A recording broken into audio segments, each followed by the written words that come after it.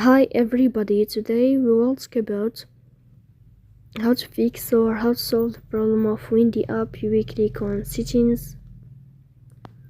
Here in this page we go to apps, default apps, app settings. In this page you will go to above, you will write the name of the application, Windy like this. Then you will enter. Here in this page of app info you will click on first stop and you will click OK. Here you will enter to the window of storage. Then we click on clear cache, but be attention, don't click clear data because that can delete your account or can cause errors on your app. In the end, you can turn off your phone and you can wait a moment to turn on your phone again to fix that problem.